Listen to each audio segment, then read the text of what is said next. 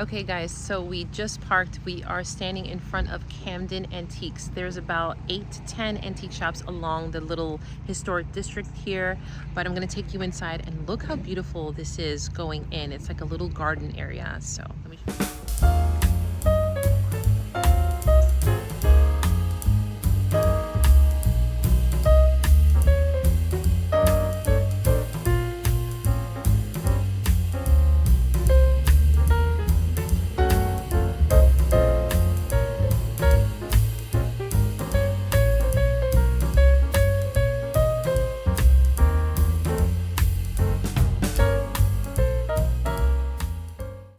Hey everyone, welcome back to my channel. My name is Liz, and in this video, I'm going to share with you one of my most exciting jewelry sourcing trips to date. Yesterday, my husband and I took a day trip to Camden, South Carolina. It was a beautiful day.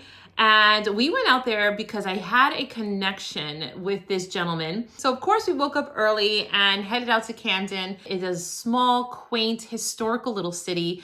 And within the historical district, there are about 8 or maybe 9 antique malls that you can hop through. So it is an extraordinary time. If you love antiquing and you love sourcing, that is the place to go and visit. So guys, before I start the haul, I want to just make a quick statement that this channel will now convert to a vlog style channel. I will still continue the home styling, the home decor, the thrifting videos. I was in a little bit of some uncertainty on the direction I wanted to take this channel. And since, I've just evolved into doing the jewelry business, I wanted to include you guys in it because so many people have requested the videos, love the videos, and I want to continue showing parts of my life. So I'm actually going to take some more time to vlog things and post them so that we don't have this long wait period for content. I am super excited about the change. I'm super excited about bringing you some fresh content. And now I think I won't delay in producing content because I now have clearer direction. And that is all I really needed, is to take the time to figure out how I was going to move. All right, guys, so let's get with what I found. Guys, this is such an extraordinary haul. I don't even know where to begin. I have 3 trays in front of me. And I'm just gonna start with whatever's in front of me, guys. So yesterday I comped all of these pieces when I got home, and I can't even begin to tell you the estimated retail price on some of these pieces here. And all right, so let's just get into it, guys. So this first brooch is a panino. It is a sterling silver sign panino brooch. And there was a funny moment with this brooch because it was just covered in dirt. I did wipe it down. I did give it a little baby toothbrush sort of wipe on there and microfiber cloth. This is a two-tone. It is pink gold and yellow gold brooch with these beautiful aquamarine crystals, signed panino, sterling at the back. And because it was so dirty, I offered him a certain price and he's like, no, I'll just scrap it. And then I thought about it. I'm like, you know what? I can clean it. And I'm so glad, because I did not see that this was a panino because it was so covered in dirt. So I didn't see it was a panino. So I almost gave it back to him, and I'm glad that I decided to take it home and clean it, because when I cleaned it, then I was able to see the mark on this one.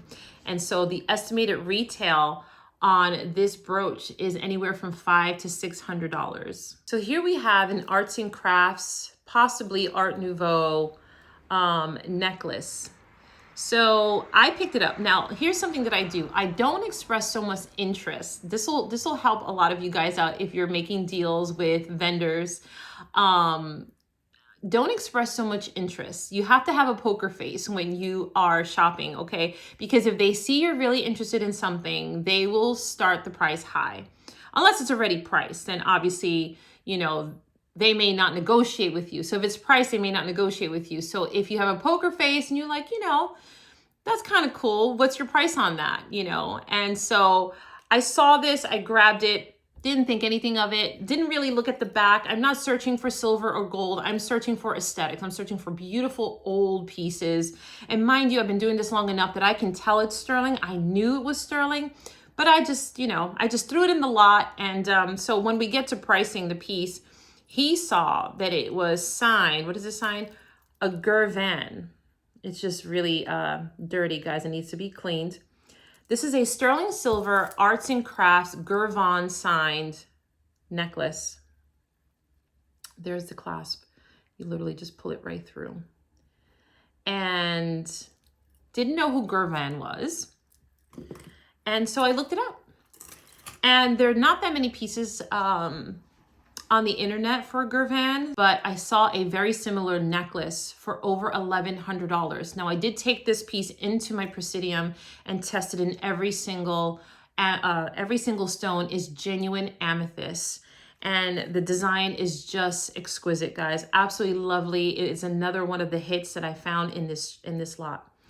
The next piece, I opened up this big blue box that happened to be covered in tons of dirt. Guys, this is a dirty business. If you don't mind cobwebs and dirt and dead spiders and all that kind of business, then this is for you. But if you are on the hunt for jewelry, and sometimes you have to pick in the most randomest areas, sometimes digging through boxes that they've had from estate sales from years ago. That was literally what I was digging in. I was in a trailer digging in boxes that were estate sales that he pulled from so many years ago. And it's just sat and sat and sat. Okay, so moving on. So I opened up this very dirty box and I thought, oh geez, it's 1950s rhinestones, but no, no, no. Let me show you this piece, guys. Hang on, it's a little twisted. Look at this. Look at this. This is an Art Deco paste, blue and clear paste necklace. Oh my goodness, guys. I fell on the floor. I sell a lot of these Art Deco Riviere paste necklaces, but not quite to this extravagance. So this was in the box, and I'm gonna move a little quickly because there's so much to cover. I may just leave some as a surprise, guys, because there is a lot, and this video will be hours long, but I'm going to pick up pieces that were just chef's kiss, okay? Next set, this was in a plastic Ziploc bag. This is a Miriam Haskell signed with the matching earrings. Look at that, guys. Absolutely beautiful. And here are the little matching earrings. They are also signed at the back. It's probably not focusing, but you'll have to take my word for it. This, I can't even tell you where this piece was. This piece was hidden underneath wrenches and hammers and just some barn tools, guys. And I was like, what? Can you believe that? By the way, guys, the Miriam Haskell set can range anywhere also between $500 and $600. It is a set that I was not able to find the exact piece, but similar pieces were between that range. So this piece, this is carnelian and sterling silver marcasite. And here's the back. This is exquisite, guys, and to have found it where I found it, I was floored. I knew that it was sterling, and there is a hallmark here now that I'm looking closer to it. There's some hallmarks here. And anyway, guys, I comped this piece, and this is another piece that can go anywhere between $400 and $500. Next up, we have this Victorian bangle that I tested with my acid test. I actually tested it again today, so it's still inconclusive. It came up as 10 karat gold, but I will take this to a jeweler. Similar bracelets on the internet, if they are between 10 and 14 karat gold, can be well up to over $1,000. Now, if this is gold filled, this is retailing at least $300. And this is absolutely such a beautiful piece. So the next piece that I found way down deep in the bottom of the barrel is this rock crystal Edwardian necklace. It is sterling silver and it has a barrel clasp. And it's lovely. It has all these little crystal, these I believe are smoky topaz and clear crystal beads. And look at, I thought it was a little purse, but it does not open. It is sterling silver on top. And it is the coolest thing ever. This can retail anywhere between $200 and $400, guys. So the next piece I almost put back because I'm really trying to stay away from anything that's 80s or 70s, even though I have sold quite a bit of that stuff. I normally do those kinds of sales on my Tuesday show where I find fabulous 80s runway pieces, even mid-century rhinestone brooches. And so I try not to buy too much of that. I'm really on the hunt more for the antique jewelry. However, I couldn't resist this piece because I thought this could be a really cool statement necklace, but it's not a necklace, even though you can wear it as a necklace. I thought this is cool, and I honestly thought that this was Liz Claiborne. It's not Liz Claiborne. This is Karl Lagerfeld 1980s runway belt. Now, I have seen it worn. I forget. There's two hooks here. Hold on.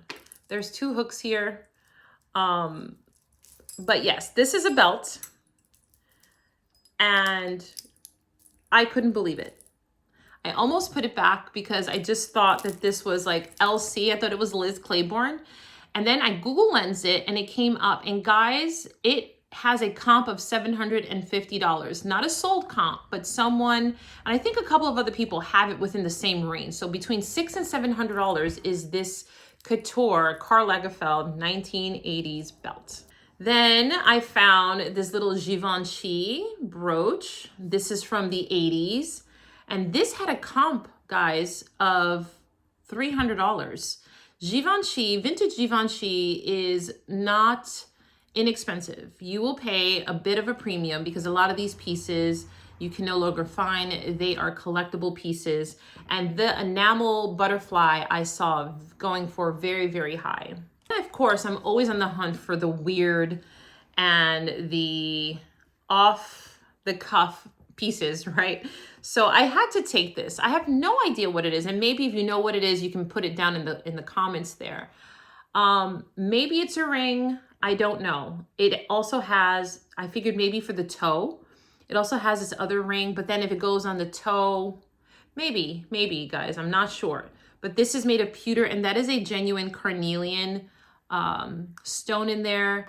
It looks very Art Nouveau to me. It's interesting. I don't know. Then we were able to find these beautiful Musi shoe clips, guys. These are Musi signed shoe clips and they are large. This will take over the whole front of your shoe and I'm so into that. That is so fabulous. I was thinking of keeping these for myself. I love the little clamshell with the articulating little dangles. This is just the cutest thing ever. And I do have lots of buyers who love these whimsical accessories. I then got this gorgeous bracelet. Guys, I'm always into looking for very, very well made quality panel bracelets. These are all stones, guys, but it's like a mauve stone. And it is just beautiful, beautiful. This is a citrine paste necklace, guys. This is an Art Deco piece.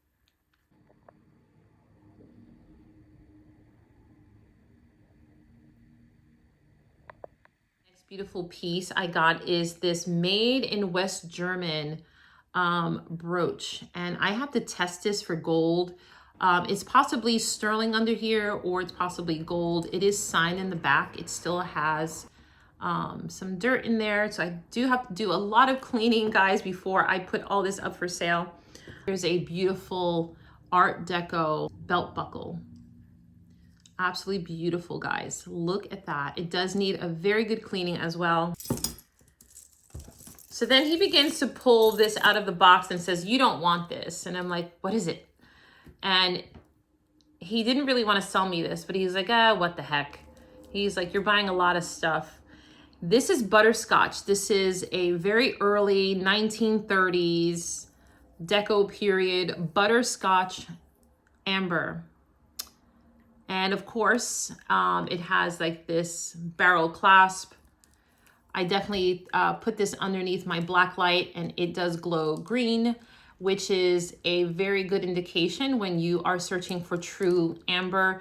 It is reactive with fluorescent lighting, so definitely carry around a little black light if you are in the business of looking for amber and you don't want to get gypped, because there are a lot of resin pieces out there that mimics amber. So you don't want to pay a lot for something and not be sure. So always carry on a little. They have them, you know, on Amazon. You can buy the little key ring ones and just press it, and you know, you can just see if it reacts. Real amber should turn green. So there's a lot of other jewelry, but for time's sake, I'm going to leave it at that. I'm going to show you a couple of the little trinket boxes that I included in my buy. And guys, I am so obsessed with all these little things. You have no idea. So firstly is this beautiful compact.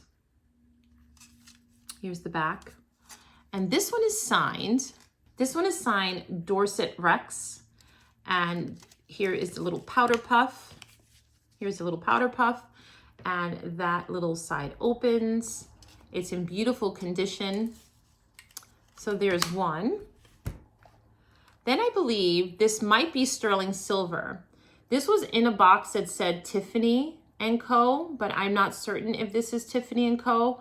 However, it is silver. So I'm just gonna hide the mirror so I'm not flashing you guys. But here is some rouge that still has the original plastic in it. And here was a powder pan, and the powder pan is empty. And this is the mirror that's up on top. And so I don't see any markings for Tiffany, but I will test this with my acid to verify if it is indeed any kind of sterling. And if it's Tiffany, that is a good deal. I then picked up this little guy. This is a coin holder. You put all your coins in there. It does need a good little cleaning, which I will try to get that done before I sell it. You can put your money in there and then you stick all your coins. Perfect if you need to go to the laundromat. Next thing I got were these vintage lipsticks. This one is by, who are you? Tanalite in the color Red Caviar. And this one still has some lipstick in there. I'm unable to pull it up. Yeah, it's stuck in there. But this one does not have the maker on there, but check it out. It's never been used. That's probably some mold on there, but yeah. I would not ever recommend anybody using this. I'm sure a lot of these lipsticks probably had chemicals in there that are really bad for you, even with the age. So never ever put on any old lipsticks, guys. The next thing I got was, and I'm so into these little trinkets, guys, is this little trinket photo frame. And I believe, is that Bogart and Greta Gable, I think. I think that's who they are. I'm not 100% sure, guys, so correct me in the comments. But how sweet is that little piece? Moving on, I found this trinket box. Oops, backwards.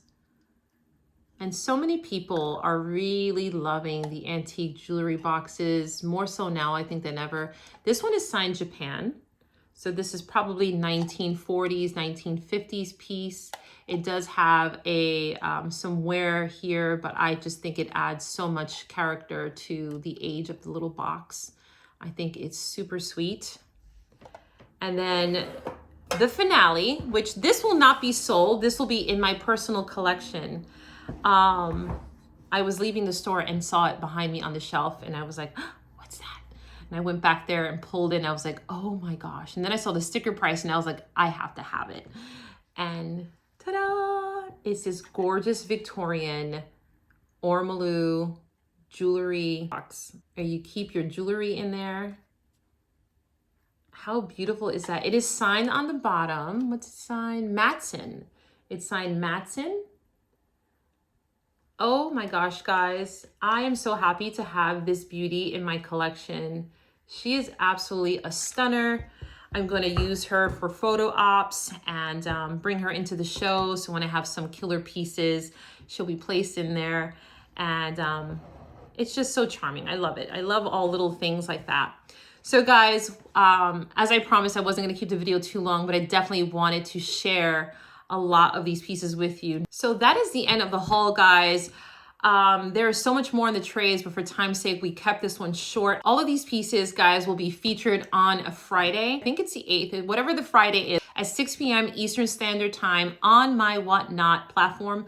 Whatnot is a live streaming platform where you can sell just about everything on this app. And so I've been on this app for about 2 years now, and recently within the past year, my business has really taken off, and I've been really curating a lot of jewelry, still doing the home stuff, but I've been taking a back seat with that and really focusing on building this particular business. I absolutely love it. And when I'm passionate about something, I want to share it with you guys.